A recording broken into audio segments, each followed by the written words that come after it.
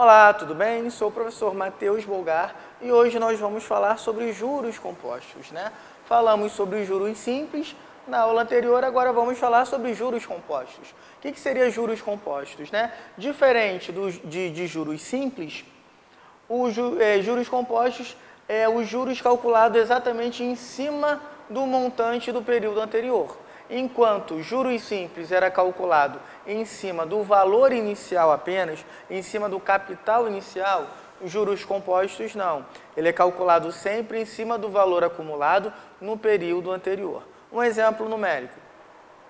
Vamos supor que eu faço uma aplicação, sei lá, de R$1.000 em uma instituição bancária, né? E aí, vamos supor, né, um sonho, essa instituição me deu uma compensação financeira, né, uma taxa percentual de 10% ao mês. Então, coloquei meu dinheiro lá, R$1.000. Ao final do primeiro mês, eu vou ter quanto na minha conta? R$1.000 mais 10% desse valor, R$1.100. No mês seguinte, irei ganhar mais 10% em relação ao valor que se encontra na minha conta, que agora não é mais R$1.000, e sim R$1.100. Então, esses 10% será calculado em cima desses 1.100. E assim por diante, ok? Por isso que ele é conhecido como juros sobre juros, porque ele é calculado sempre em relação ao montante anterior, do período anterior, ok? Então, vamos analisar um exemplo aqui para fixar melhor essa ideia. Ó. Luísa depositou 20 mil em uma instituição bancária, a juros compostos com uma taxa de 10% ao ano. Ao final de 2 anos, quanto Luísa obteve de juros? Eu quero saber quanto que ela ganhou, não quanto ela vai ter acumulado na conta dela. Então aqui, ó, tem um quadrinho aqui, ó, que eu tenho o período, né? O montante inicial, que eu chamei de MI, os juros, né, que foi o quanto ela ganhou a cada período, ao final de cada período, e o montante final no final desse período, né, o valor acumulado. Então, no primeiro período, no início, qual é o montante, né, o valor que ela depositou lá, R$20.000. Juros, ela ganhou 10% em cima desse valor. Quanto daria 10% de 20 mil? Bom, 10%, né, lembrando, 10%, né, transformando isso aqui em uma fração centesimal, vai ser igual a 10 sobre 100. Simplificando aqui, isso aqui é igual a 1/10. 1/10, ou seja, 10% de um determinado valor, basta pegar esse valor e dividir por 10. Então, 10% de 20 mil é igual a 2.000.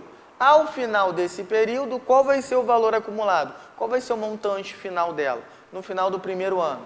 R$22.000. No início do segundo ano, né, o montante inicial dela é exatamente igual ao montante final do período anterior, está bem no início. Então, ao final desse segundo período, ela vai ganhar quanto? Quanto que vai ser a compensação dela, né? Os juros. Ou seja, vai ser 10% em cima desse valor. 10% de 22.000 será igual a 2.200, né? E o valor acumulado no final do segundo período? R$24.200, que é exatamente o quanto que ela tinha inicialmente no período, mais o quanto que ela ganhou em torno desse período, né? Esse aqui é o valor final acumulado. Agora, nós sabemos, né, por definição, que montante é capital mais juros. Logo, os juros vai ser montante menos capital. Valor acumulado menos valor inicial. Então, os juros vai ser quem? Qual foi o montante final acumulado? 24.200. O valor inicial aplicado por ela, 20.000. Logo, quanto que ela ganhou ao final desses 2 anos? R$4.200. Ok? Porém, nós poderíamos calcular o montante, o valor final, né, acumulado pela Luísa, utilizando essa expressão aqui, que é exatamente a expressão do montante para esse sistema de juros. Tá? Porque aqui nós temos uma potência em que o expoente dessa nossa potência é o período. Pelo seguinte, ó, olha só o que está acontecendo. Luísa, inicialmente, vamos utilizar esse nosso exemplo aqui. Luísa, inicialmente, tinha R$20.000. Ok? Vamos usar esse exemplo para conseguir chegar nessa expressão aqui. Então, ela tinha R$20.000. Ao final do primeiro período, ela ficou com 22.000, ou seja, era aquilo que ela tinha antes, mais a porcentagem em cima desse valor, 0,1. Ok? Então, ela ficou com quanto? com 22.000. Isso aqui é igual a 22.000, correto? Ou seja, 1 mais 0,1. Ao final do segundo ano, eu vou pegar esse valor aqui acumulado de 22.000 e vou multiplicar por quanto?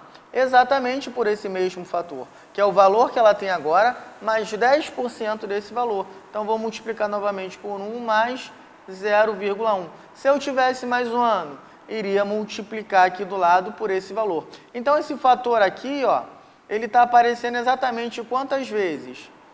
O número de vezes que ele aparece é exatamente igual ao período que nós estamos considerando. Como nós temos um período aqui de 2 anos, então ele vai aparecer exatamente 2 vezes nessa nossa multiplicação, né? E quando eu multiplico, eu tenho uma multiplicação de fatores iguais, essa multiplicação pode ser representada através de uma potência, correto? Aqui, ó, um exemplo qualquer. Quando eu pego 3 e multiplico por ele mesmo 4 vezes, essa multiplicação aqui pode ser representada como sendo 3 elevado a 4, em que 4 é o número de vezes que o 3 aparece na minha multiplicação, ok? É o que está acontecendo aqui, ó. Só que esse camarada aqui é quem? É esse 1 da expressão, e esse 0,1 aqui seria quem? Seria exatamente a nossa taxa percentual, porém na sua forma decimal, ó, 1/10. É a mesma coisa que 0,1. Estou representando essa taxa aqui na sua forma decimal, ok? Então, é 1 mais a taxa, e esse t aqui é exatamente a quantidade de vezes que vai aparecer esse fator. E essa quantidade de vezes é exatamente igual ao período que eu estou considerando. Por isso que é elevado a t. Tranquilo?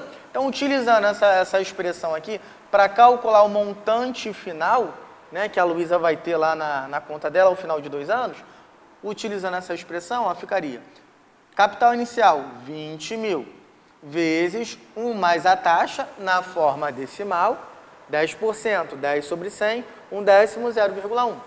Tudo isso elevado ao período, nesse caso, 2 anos. Lembrando que a taxa e o período devem estar exatamente, digamos, na mesma unidade, né? Se a taxa se encontra em anos, ao ano, então o período tem que estar em anos. Se a taxa se encontra ao mês, então o período tem que estar em meses. E assim por diante, ok? Então aqui ficaria 20.000, que multiplica por 1 mais 0,1 ao quadrado.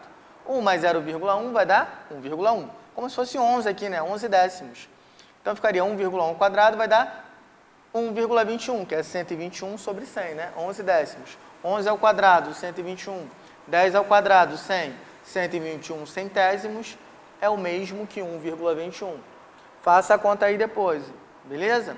Então, ficaria 20.000 vezes 1,21, né? Eu posso, né, andar 2 casas decimais, né, para que esse número decimal vire número inteiro.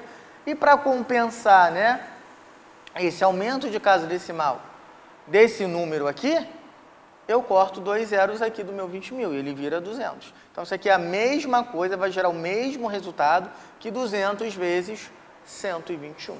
Tranquilo? Multiplicando, né, ó, 121 vezes 2 dá quanto? 242. Como nós temos 2 zeros, acrescentamos no final, né? Fica muito mais fácil a multiplicação. Então, nós verificamos que essa expressão, de fato, ela é válida, né, para o cálculo de um montante, né, de um valor acumulado utilizando o sistema de juros compostos. Beleza, gente? Então, nessa aula nós ficamos por aqui. Eu espero que vocês tenham gostado, tenham entendido. Bons estudos, um abraço e até a próxima.